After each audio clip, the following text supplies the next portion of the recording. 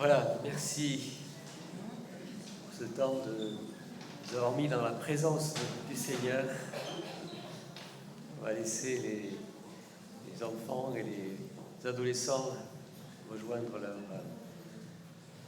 leur classe d'école du dimanche. Eux aussi vont se mettre à l'écoute de la parole de Dieu, comme nous aussi. Nous allons nous mettre à l'écoute de la parole de Dieu. Et ce matin, nous avons la joie d'avoir avec nous la pasteure Mélinée Kinossian. Et c'est elle qui va nous porter le message de la part du Seigneur. C'est une grande joie de l'avoir avec nous.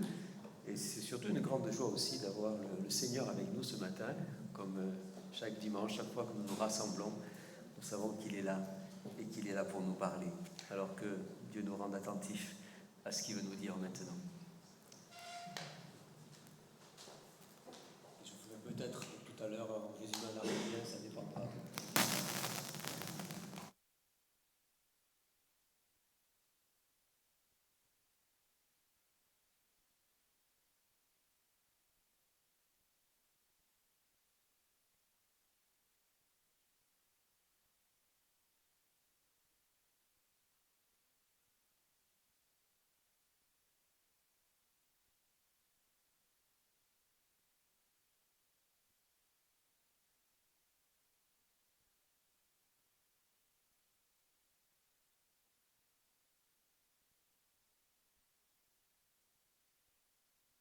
Puisse vraiment ouvrir notre cœur à ce que toi tu as pour nous, que l'on puisse l'accepter, se laisser transformer par toi et vraiment te voir pour qui tu es.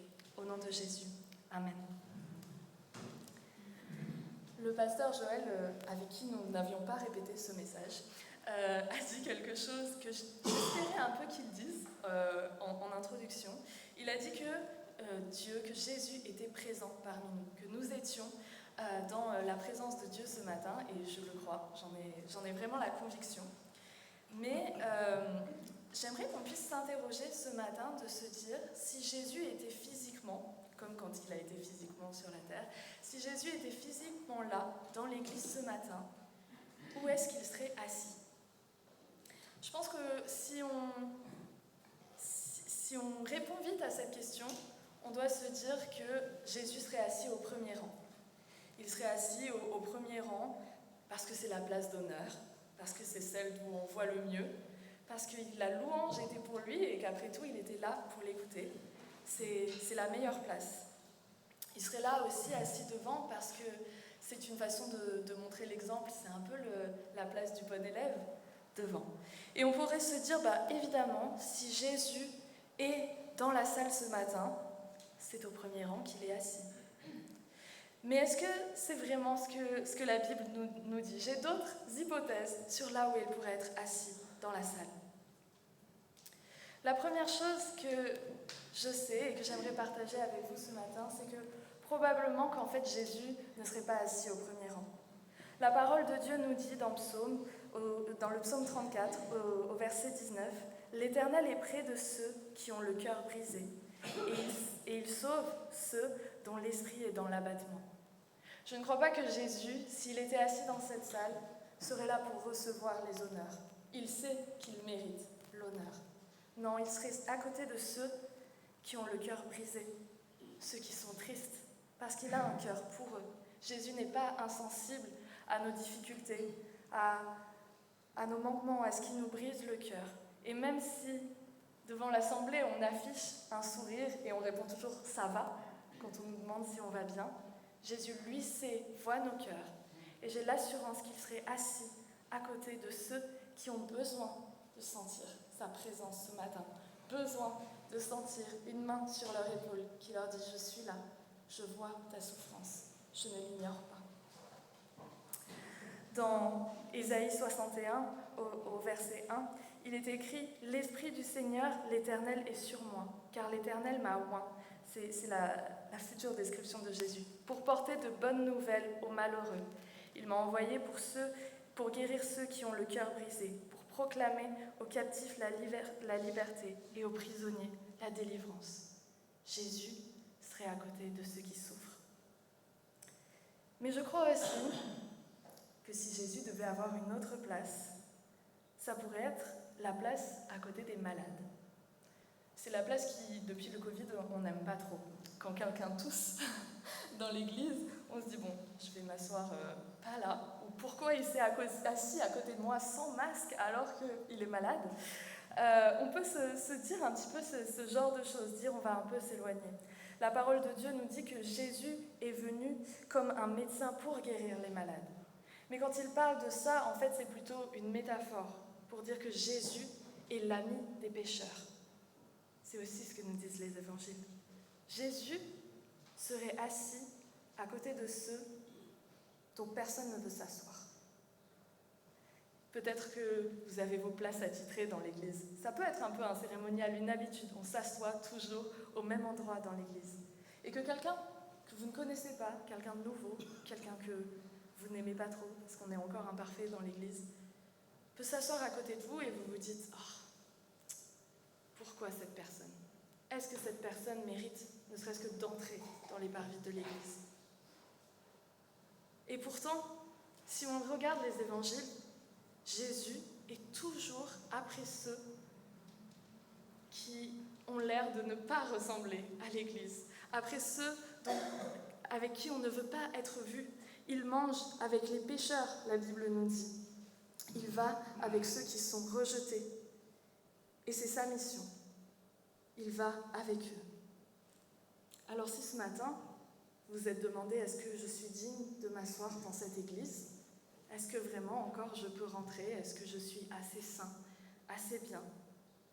Jésus vous dit, viens, t'as placé non seulement dans l'église, mais à côté de moi, parce que c'est cela que je suis venue chercher. On peut se poser une dernière question, et c'est une question que je me pose. C'est, est-ce que Jésus serait vraiment dans l'église ? Alors, je ne suis pas là pour dire est-ce qu'il serait dans cette église plutôt que dans l'église voisine. On ne partira pas dans ces débats-là, ce ne serait pas l'intérêt. Mais est-ce qu'il serait à l'église ? Je vous propose qu'on lise un passage ensemble dans la Bible qui se trouve dans Luc au chapitre 15, les versets 4 à 7. La parole de Dieu nous dit ceci. « Quel homme d'entre vous, s'il a 100 brebis et qu'il en perde une, ne laisse pas les 99 autres dans le désert pour aller près de celle qui est perdue, jusqu'à ce qu'il la retrouve. Lorsqu'il l'a retrouvée, il la met avec joie sur ses épaules, et de retour à la maison, il appelle ses amis et ses voisins et leur dit « Réjouissez-vous avec moi, car j'ai retrouvé ma brebis qui était perdue. De même, je vous le dis, il y a plus de joie dans le ciel pour un seul pécheur qui se repent que pour 99 justes qui n'ont pas besoin de repentance. » Est-ce que Jésus est avec nous ce matin ? Est-ce que s'il était là, physiquement, il serait dans l'église ? Ou est-ce qu'il serait sorti de l'église pour aller chercher la brebis perdue ? C'est une question difficile, on se dirait, mais pourquoi est-ce qu'on est là à louer Jésus s'il n'est pas là ? Alors, c'est pas vraiment ce que je dis, je vous rassure. Je ne dis pas que Jésus n'est pas là. Je parle vraiment de si sa présence était physique, comme quand il était présent sur cette terre. Parce que le fait est que Jésus est retourné auprès du Père. Là où il se trouve physiquement aujourd'hui, c'est auprès du Père, dans le ciel. Mais il ne nous a pas laissés seuls, pas vrai. Il nous a promis quelque chose. Il nous a fait cette promesse que je vais vous lire dans Jean 14, Jean 14, les versets 16 et 17.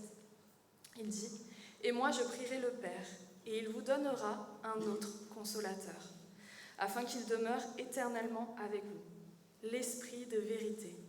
Il demeure avec vous, et il sera en vous. » Jésus nous fait cette promesse qu'il va partir, et il doit partir. Il explique aux disciples qu'il ne peut pas rester éternellement, physiquement présent sur cette terre, mais qu'il nous enverra un autre consolateur. C'est comme ça qu'il l'appelle, le consolateur. Cet esprit qui, quand on accepte de donner notre vie à Jésus, vient habiter en nous. Nous sommes le temple du Saint-Esprit. Jésus n'est pas parti et ne nous a pas laissés seuls. Il nous envoie son esprit.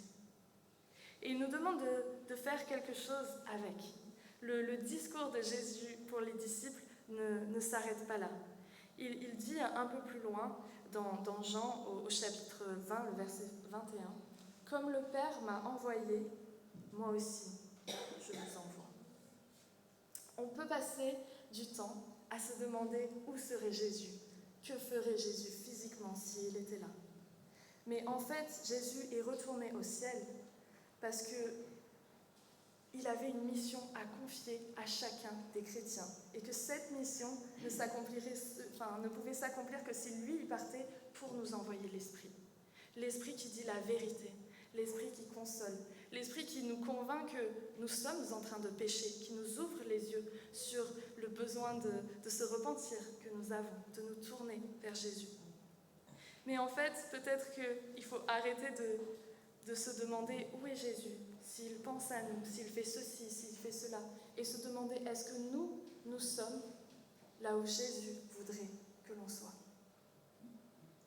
La vérité, c'est que la présence de Dieu, elle est partout. Parfois, j'entends avec effroi, ça me dérange en tout cas d'entendre dans cette église, ou même dans cet endroit, il n'y avait pas la présence de Dieu. C'est un mensonge. Dieu est omniprésent. Il est là tout le temps. Même dans les églises où on n'en le ressent pas, même dans les ruelles sombres où on pense que Jésus a quitté cet endroit tellement il est malsain, la présence de Dieu est là. Le problème, ce n'est pas qu'il est parti. Le problème, c'est qu'il n'y a personne qui le reconnaît et qui sait qu'il est là. Alors dans l'église, on est entre nous, on est bien.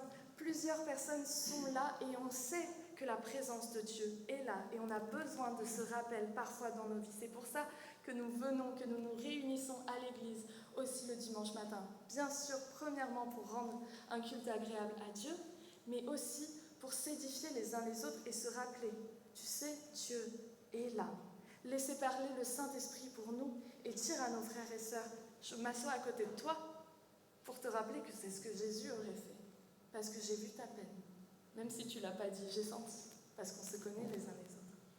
Je m'assois à côté de toi parce que j'ai bien vu que toi, tu n'avais pas de famille pour te tenir compagnie. Quand j'étais en Australie, il y avait un truc très bizarre qui se passait, pour moi c'était nouveau. Les gens gardaient les places dans l'église les uns pour les autres, mais c'était tellement, tout le monde voulait les bonnes places qu'ils amenaient une Bible, une veste, des fois des cordes pour pouvoir garder des sièges les uns pour les autres. Et il y avait un peu ce phénomène de si tu t'assois tout seul, t'es un peu délaissé. Et moi je comprenais pas ça parce que je disais bah non, on est dans l'église, on est tous ensemble, on n'est jamais seuls. Mais ils avaient ce truc de dire peut-être que des gens se sentent seuls, donc on les invite à faire des groupes pour dire on va ensemble à l'église.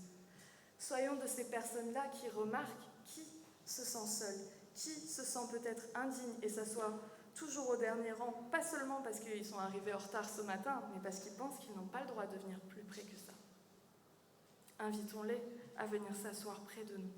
Soyons là, prêts aussi à lâcher notre place habituelle pour leur montrer qu'on les soutient. Mais nous devons aussi sortir de cette église. L'église, le dimanche matin, j'ai l'assurance que Jésus y est. Il est là dans l'église parce qu'on vient le célébrer. Mais on ne peut pas rester toute la semaine à se dire « je suis dans l'église » et personne ne reste physiquement dans l'église.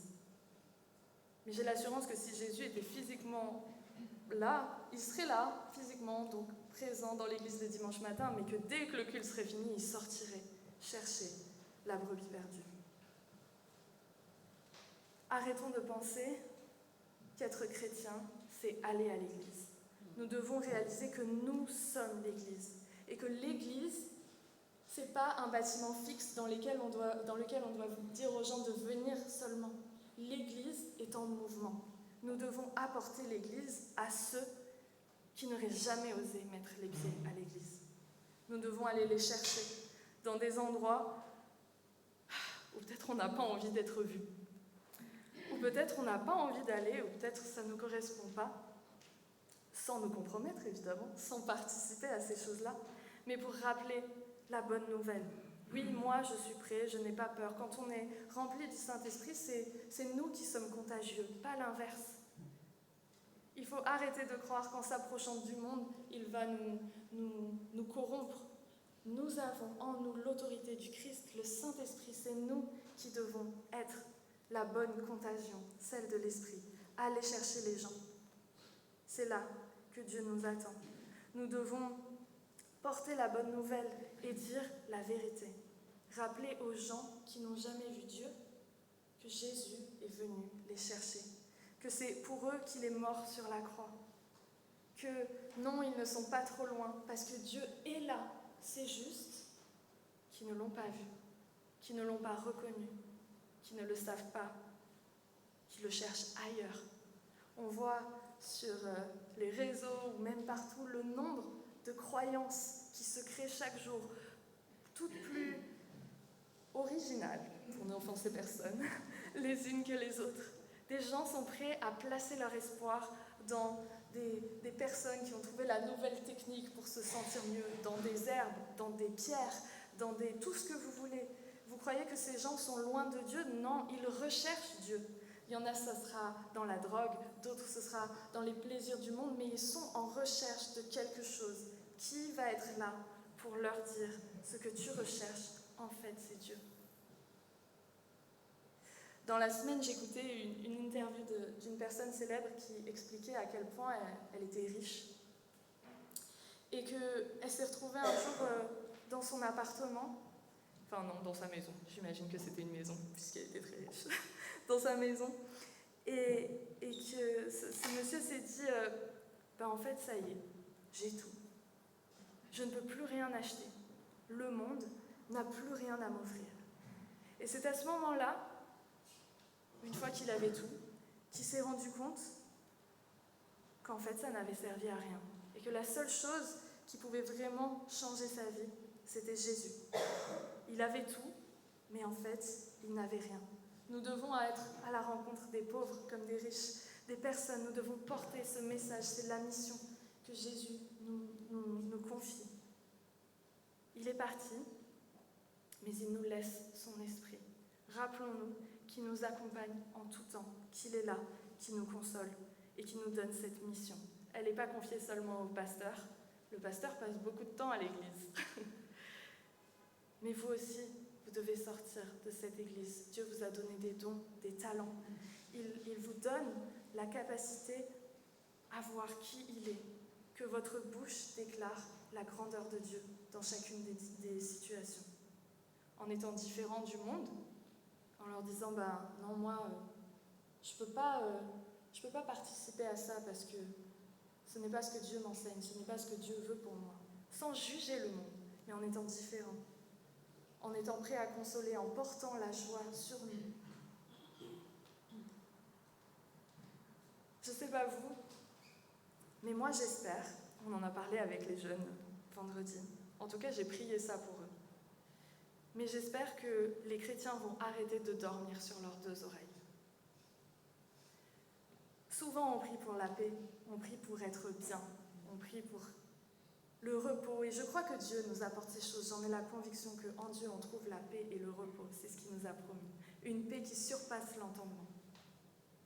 Mais ma prière, quand je vois le monde, quand j'écoute les infos, quand je vois tous ces gens qui meurent, il y a tellement de choses qui se passent, c'est que les chrétiens se réveillent la nuit en se disant « mais comment je vais faire pour aller en chercher encore plus ? Comment je vais porter cette parole ? Qu'on puisse vivre dans la réalité de ce monde qui souffre et qui a désespérément besoin de Dieu. Et qu'on puisse ne pas arriver à trouver le sommeil, être pressé de se lever le lendemain, être motivé de se lever le lendemain pour aller chercher la brebis perdue. Et la ramener, j'espère, dans cette église. J'espère qu'il y en aura plein qui viendront à l'église. Mais on doit aller les chercher si on veut qu'on vienne. On doit aller ramener à la maison tous ces gens qui ne connaissent pas leur père. On a un papa et tous les gens pensent qu'ils sont orphelins. On doit leur dire non, tu as une place dans la maison. Jésus est mort à la croix pour que tu puisses être adopté par Dieu, pour que tu sois appelé fils ou fille. Nous avons besoin que les chrétiens accomplissent leur mission. Je vais vous laisser avec ce dernier verset. La moisson est grande, et il y a peu d'ouvriers. Prions pour que le maître de la moisson envoie des ouvriers. On cite souvent ce verset à l'église. La moisson est grande et il y a peu d'ouvriers. Et je crois qu'on a un peu tendance à le prendre comme une fatalité. Il n'y aura jamais assez de serviteurs, assez de personnes prêtes à porter le message pour que ce monde soit sauvé. Mais c'est parce qu'on se concentre seulement sur le début du message. La moisson est grande, il y a peu d'ouvriers. Mais non, il faut se concentrer sur la suite. Prier pour que le maître de la moisson envoie des ouvriers. Si nous sommes encouragés à prier dans ce sens-là, c'est parce que Dieu a prévu de répondre à cette prière. La parole de Dieu nous dit tout ce qu'on demande selon la volonté de Dieu au nom de Jésus, alors nous croyons que nous l'avons reçu parce qu'il nous l'accordera. Si Jésus lui-même nous dit prier pour que le maître de la moisson envoie des ouvriers, c'est pas parce qu'il a prévu de dire « Eh ben non, j'en envoie pas ». Priez pour que le maître de la moisson envoie les ouvriers. Priez pour que le maître de la moisson vous envoie comme ouvrier. Soyons prêts à ce que la réponse à notre prière soit nous-mêmes. Ne prions pas pour que l'autre soit l'ouvrier, mais soyons prêts à dire « Seigneur, si tu veux que ce soit moi », et c'est probablement vous, puisque c'est nous tous, eh bien envoie-moi, dispose mon cœur. Montre-moi par la puissance du Saint-Esprit qui tu es et à quel point ce monde a besoin de toi, parce qu'il en a besoin. Alors suivons Jésus en dehors des murs de l'église et allons prêcher cette bonne nouvelle pour que tous les dimanches matins, beaucoup de gens puissent revenir à la maison et louer